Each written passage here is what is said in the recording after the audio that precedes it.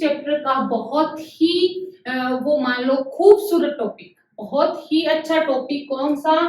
Potential due to dipole at angle of theta. आपको क्या निकालना है? पोटेंशियल निकालना है किसी डाइपोल के थ्रू किसी एंगल थीटा पे। जो डाइपोल से किसी थीटा एंगल पे रखा हुआ हो, वो पॉइंट आपके पास अगर दे रखा है तो उस पे आपको क्या निकालना है? पोटेंशियल। देखो सबसे पहले वही मेरी तो डेली की एक ही बात है, सबसे पहले आप हेडिंग जानोगे, हेडिंग समझोगे तो आपके सारे क्या हो जाएंगे, जो डेरिवेशन हो जाएंगे बहुत ही इजी हो जाएंगे। तो नेक्स्ट आपका ये मान के चलती हूँ मैं, ये डेरिवेशन करवाऊं तो आपको हेडिंग का यूज करके ही करवाऊं ताकि आपके याद रहे। सबसे पहले पोटेंशियल निकालना है, ठीक है, due to dipole at angle of theta. तो एक डाइपोल ले लूं, एक डाइपोल, एक चार्ज Q होता है, दूसरा प्लस Q होता है। डाइपोल बना लो, आपको डाइपोल का तो पता ही है, ये पॉइंट A, ये पॉइंट B, ये point O, point A, point B और ये पॉइंट क्या हो गया O। इससे टोटल डिस्टेंस कितनी होती है इन दोनों के बीच की? 2a। टोटल कितनी होती है? 2a। तो ये भी कितनी हो जाएगी? हाफ a, और ये भी कितनी हो जाएगी? a। अब इससे थीटा एंगल पे एक पॉइंट क्या है? P। जो आपको पता है कोई भी डिस्टेंस ओरिजिन से ली जाती है, ओरिजिन से r डिस्टेंस पे जो इसके साथ कितना एंगल बना रहा है? Theta angle. ये जो एंगल है थीटा, डाइपोल के साथ थीटा एंगल बना रहा है। देखो थीटा एंगल पे एक पॉइंट P है जिसके आपको क्या निकालना है? पोटेंशियल निकालना है। ये तो है आपकी हेडिंग कि ये आपको करना है, इस पॉइंट पे क्या निकालना है? पोटेंशियल। इलेक्ट्रिक फील्ड भी निकाला था आपने, इलेक्ट्रिक फील्ड एक्सिस पे निकाला था, इक्वेटोरियल पॉइंट पे निकाला था, इसमें भी एक्सिस पे निकालेंगे, इक्वेटोरियल पॉइंट पे निकालेंगे। लेकिन सबसे पहले इसकी थीम क्या है? आप पोटेंशियल निकालो। कौन से पॉइंट पे? पोटेंशियल एक पॉइंट P पे निकालो जो थीटा एंगल पे रखा हुआ है। निकालें, स्टार्ट करें। देखो मैंने हमेशा ये कहा है कि अगर आप किसी भी टॉपिक को करो तो अब तक की अगर आपने कंटिन्यू वीडियो देखे हैं तो इतना तो समझ में आ गया कि सबसे पहले अगर किसी भी टॉपिक करो तो उसकी हेडिंग आपको पता होनी चाहिए क्या है। दूसरा मैंने कहा इतने डेरिवेशन करवा दिया, अगर इंडिविजुअल चार्ज कहीं भी है उसके कारण अगर आप फोर्स निकाल रहे हो, चाहे इलेक्ट्रिक फील्ड इंटेंसिटी निकाल रहे हो, चाहे पोटेंशियल निकाल रहे हो, आप कैसे निकालोगे? इंडिविजुअल चार्ज का निकाल लो, फिर उनको ऐड कर दो तो आपके पास टोटल आएगा नहीं। और इसमें तो सबसे इजी बात अपन को डायरेक्शन का ही ध्यान नहीं रखना, क्योंकि ये स्केलर क्वांटिटी है, डायरेक्शन होती नहीं है। तो सबसे अच्छा काम क्या है कि अपन को डायरेक्शन से मतलब ही नहीं है। आप इस चार्ज के थ्रू यहाँ पे पोटेंशियल निकाल लो, इस चार्ज के थ्रू यहाँ पे पोटेंशियल निकाल लो और दोनों को ऐड कर दो तो टोटल पोटेंशियल पॉइंट P पे आएगा नहीं आएगा? इस चार्ज के थ्रू पॉइंट P पे पोटेंशियल निकाला, इस चार्ज के थ्रू पॉइंट P पे पोटेंशियल निकालेंगे और दोनों को ऐड कर देंगे तो टोटल पोटेंशियल आएगा नहीं आएगा? बिल्कुल आएगा। और इसी वे से अपन करेंगे। तो सबसे पहले मैं करवाती हूँ क्या? पोटेंशियल आपको इस पॉइंट पे कैलकुलेट करने के लिए आपको क्या क्या चाहिए? एक तो चार्ज, किस चार्ज से? -q चार्ज, और इन दोनों जिस पॉइंट से कितनी डिस्टेंस पे, तो ये डिस्टेंस तो मान ली मैंने r1। दूसरी इसके कारण भी आपको किस पे निकालना है? पॉइंट P पे निकालना, तो ये डिस्टेंस क्या मान ली? r। और ये वाली डिस्टेंस, ये डिस्टेंस है r। आपके पास सब कुछ है, अब अपन डेरिवेशन करते हैं। First potential due to charge, potential due to charge. कौन सा चार्ज? कौन सा चार्ज बताओ? सबसे पहले कौन सा charge? -q charge. Potential due to -q charge at point P कितना होगा? V1 लिख लूं क्या? 1 या -q चार्ज लिख लो, V -q चार्ज कितना होगा? K पॉइंट चार्ज के थ्रू K Q कौन R पीछे डेरिवेशन में किया था तो K तो कांस्टेंट है, Q कौन सा है? -q, और डिस्टेंस कितनी है? R1। आप इसको ये भी लिख सकते हो minus Q minus k q upon R1। Equation number first hope समझ में आ गई होगी, एकदम नीचे है। उसके बाद दूसरा पोटेंशियल ड्यू टू चार्ज, कौन सा charge, plus q charge at point P, कितना हो जाएगा V plus q equals to k q upon R2। Total potential कितना हो जाएगा, total potential at point P कितना हो जाएगा, V equals to V minus q plus V plus q. V minus q कितना है, minus k q upon R1 plus k q upon R2। K Q कहां ले लो, बाहर, तो क्या हो जाएगा माइनस के R1 प्लस के R2। होगा नहीं होगा, प्लस वाले को आगे कर लूं माइनस वाले को पीछे, कोई फर्क नहीं होगा, R2 और माइनस 1 अपॉन R1।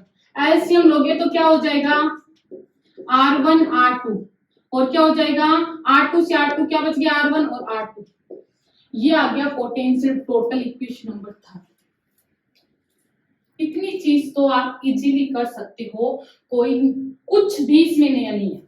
सबसे पहले क्या किया, इस पॉइंट के थ्रू पॉइंट P, इस चार्ज के थ्रू पॉइंट P पे आपने क्या निकाल लिया, पोटेंशियल निकाल लिया। फिर इस चार्ज के थ्रू पॉइंट P पे क्या निकाल लिया, पोटेंशियल निकाल लिया। दोनों को क्या कर दिया, ऐड कर दिया। ऐड करके जो कॉमन आ रहा है उसको कॉमन ले लो और जो बच गया उसको लिख दिया। इतना तो आप कर सकते हो ना। अब आगे देखो, इसमें K और Q चार्ज, लेकिन R1 R2 डिस्टेंस है। अगर अपने पास R1 R2 की वैल्यू आ जाए तो अपना काम एकदम इजी हो जाए। अब R1 R2 की वैल्यू कैसे निकालें, देखो इस डायग्राम से आप क्या कह सकते हो, सबसे बड़ा कौन है, इस डायग्राम से कह सकते हो सबसे बड़ा है R1, फिर उससे छोटा R, उससे छोटा R2, है या नहीं है। ये सबसे बड़ी लाइन, उससे छोटी ये लाइन, उससे छोटी ये लाइन, दिखाई दे रही नहीं दे रही। इसी से अपन किसकी वैल्यू निकालेंगे, R1 की R2 की। देखो अगर मैं इन दोनों को बराबर करूं, ध्यान से देखना, बस R1 R2 की वैल्यू निकालने के लिए अगर मैं इन दोनों को इक्वल करूं, R1 के बराबर इसको करना चाहूं तो मैं इसको थोड़ा सा आगे बढ़ा लूं। अब बताओ ये और ये इक्वल लग रही है ना, और यहां से एंगल 90 परपेंडिकुलर क्लिक कर दिया, मतलब ये एंगल परपेंडिकुलर डालने पर कितना बन रहा है, 90। अब एकदम इक्वल लग रहा है, ये लाइन और ये लाइन इक्वल है। इसको मैंने नाम दे दिया ABPC, लिख दूं यहाँ पे, चलो ये पॉइंट C तक आपने क्या किया है, R वाली लाइन को C तक बढ़ाया, परपेंडिकुलर डाला और आपके पास ये दोनों इक्वल हो गए।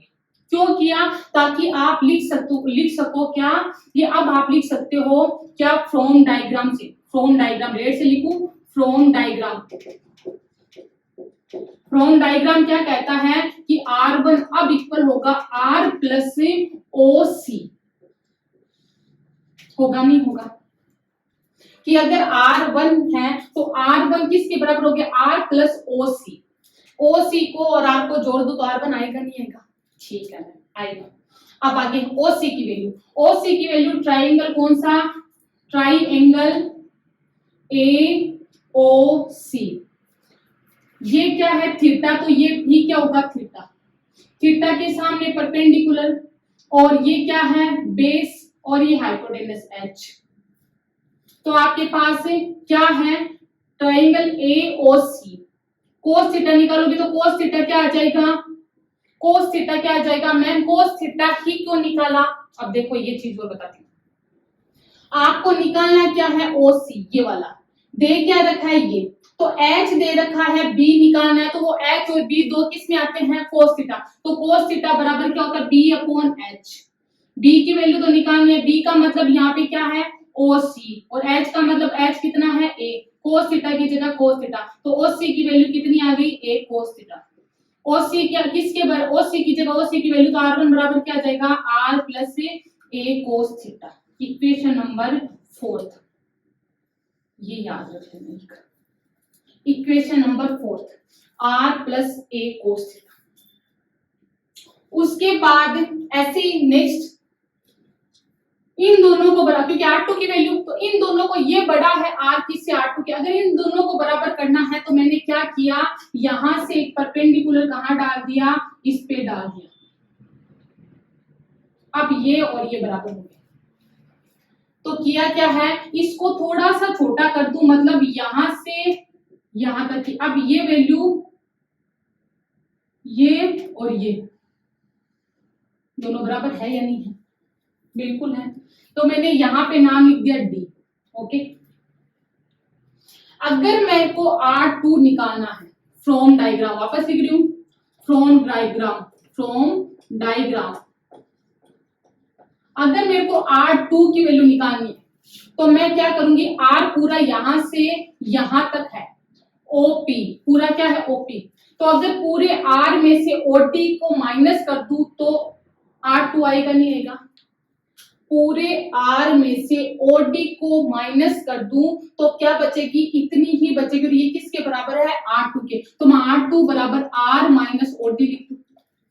मेरे को किसकी वैल्यू चाहिए, OD। तो ट्राइएंगल OBD, ये B है यहाँ पे, OBD, थीटा है ये वाला, थीटा के सामने परपेंडिकुलर, P के सामने H और ये B।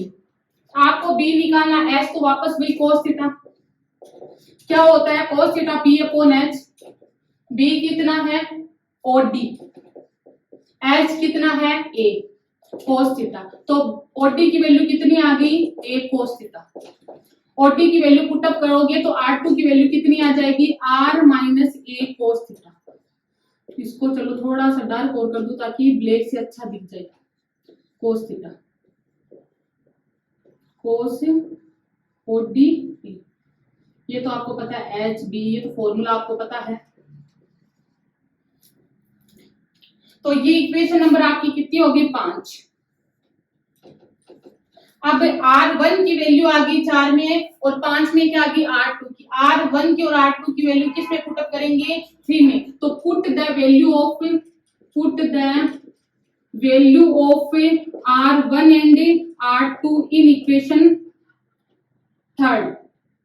तो क्या होगा, V की जगह V, KQ की जगह KQ। R1 का मान कितना है, R plus A cos theta, minus की जगह माइनस, इसकी वैल्यू R2 की वैल्यू कितनी है, ये वाली। तो देखो इसको मैं R2 की, तो ये प्लस का तो क्या हो जाएगा माइनस का, और ये माइनस का तो क्या हो जाएगा प्लस का, क्योंकि बाहर क्या minus, A cos theta upon क्या है, R1 की जगह R1 R plus A cos theta, cos A cos B का फॉर्मूला क्या होता है, V की जगह V, KQ की जगह KQ। R से R कैंसिल, ऊपर कितना बच गया, 2A cos थीटा, और नीचे क्या आ गया, A plus B, A minus B, तो क्या हो जाएगा R square minus A square cos square theta. A plus B, ये फॉर्मूला बन गया। देखो यहाँ पे लिख रही हूँ, पहले भी लिखा था A प्लस B और A माइनस B का formula, A square minus B square, ये फॉर्मूला समझ आ गया होगा। कंडीशन, अब देखो और क्या लिख सकते हो, Q इंटू 2A को P लिख सकते हो ना, तो P इक्वल्स टू क्या होता है, Q इंटू 2A, तो क्या हो जाएगा V equals to KP cos theta upon R square minus A square cos theta. वही A, R is greater than A, R बहुत ज्यादा बड़ा हो सकता है, तब क्या हो जाएगा, इसको A वाले को नेगलेक्ट करके हटा दो, तो R स्क्वायर की जगह R स्क्वायर, इसको क्या कर देंगे 0, तो V इक्वल्स टू क्या आ जाएगा, KP cos theta upon R square. ये आपका थीटा एंगल पे क्या आ गया, पोटेंशियल आ गया। ये आपका कहाँ पोटेंशियल आ गया, थीटा पे। कुछ भी नहीं करना, यहां तक तो इजी कर सकते हो।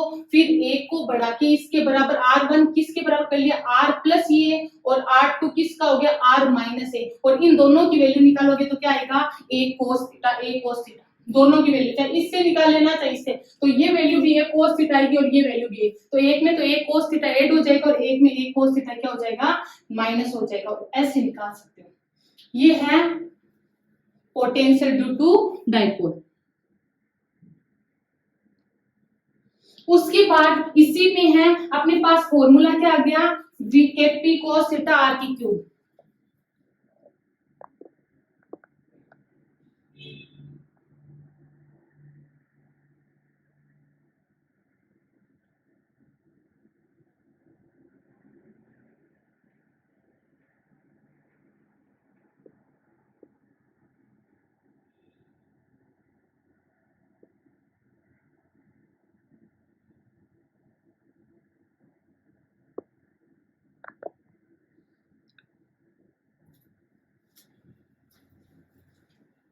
उसके बाद इसमें थोड़ा सा आगे क्या अपने पास क्या आ गया, फॉर्मूला आ गया किसका, पोटेंशियल थीटा एंगल पे कितना आया, V equals to K P cos theta upon R square, ये फॉर्मूला आ गया थीटा एंगल पे। अगर आपको कहते कि potential at axis point of dipole, तो आप क्या लिखोगे, पहला केस फर्स्ट,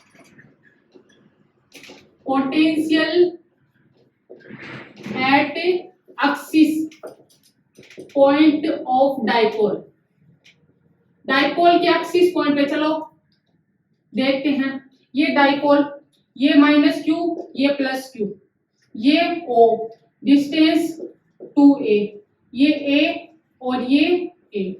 अगर इसकी एक्सिस पॉइंट यहां पे पोटेंशियल निकालो, यहां पे देखो एंगल कौन सा था, ये डिस्टेंस, ये तो एंगल था, अगर यहां पे पोटेंशियल निकालो तो ये एंगल कितना हो जाएगा, एंगल यही तो था, ये थीटा कौन सा एंगल है, ये वाला। अब ये लाइन धीरे धीरे ऐसे ना होके स्ट्रेट होगी, क्योंकि पॉइंट यहां ना होके पॉइंट यहां हो गया, तो एंगल थीटा इक्वल्स टू कितना हो गया, 0। आप इतना ना लेके, अगर ये एक्सिस ये पॉइंट है, ये इस पॉइंट पे आ जाए, जो पॉइंट P है वो P डेश तक पहुंच जाए, तो थीटा इक्वल्स टू क्या हो जाएगा, 0। तो cos 0 V equals to K P cos 0 are square, तो cos 0 की वैल्यू कितनी होती है, 1, तो के पी अपॉन, ये है एक्सिस पे पोटेंशियल पूछ ले तो ये, और अगर के सेकंड पूछ ले, के सेकंड क्या है, के से सेकंड पोटेंशियल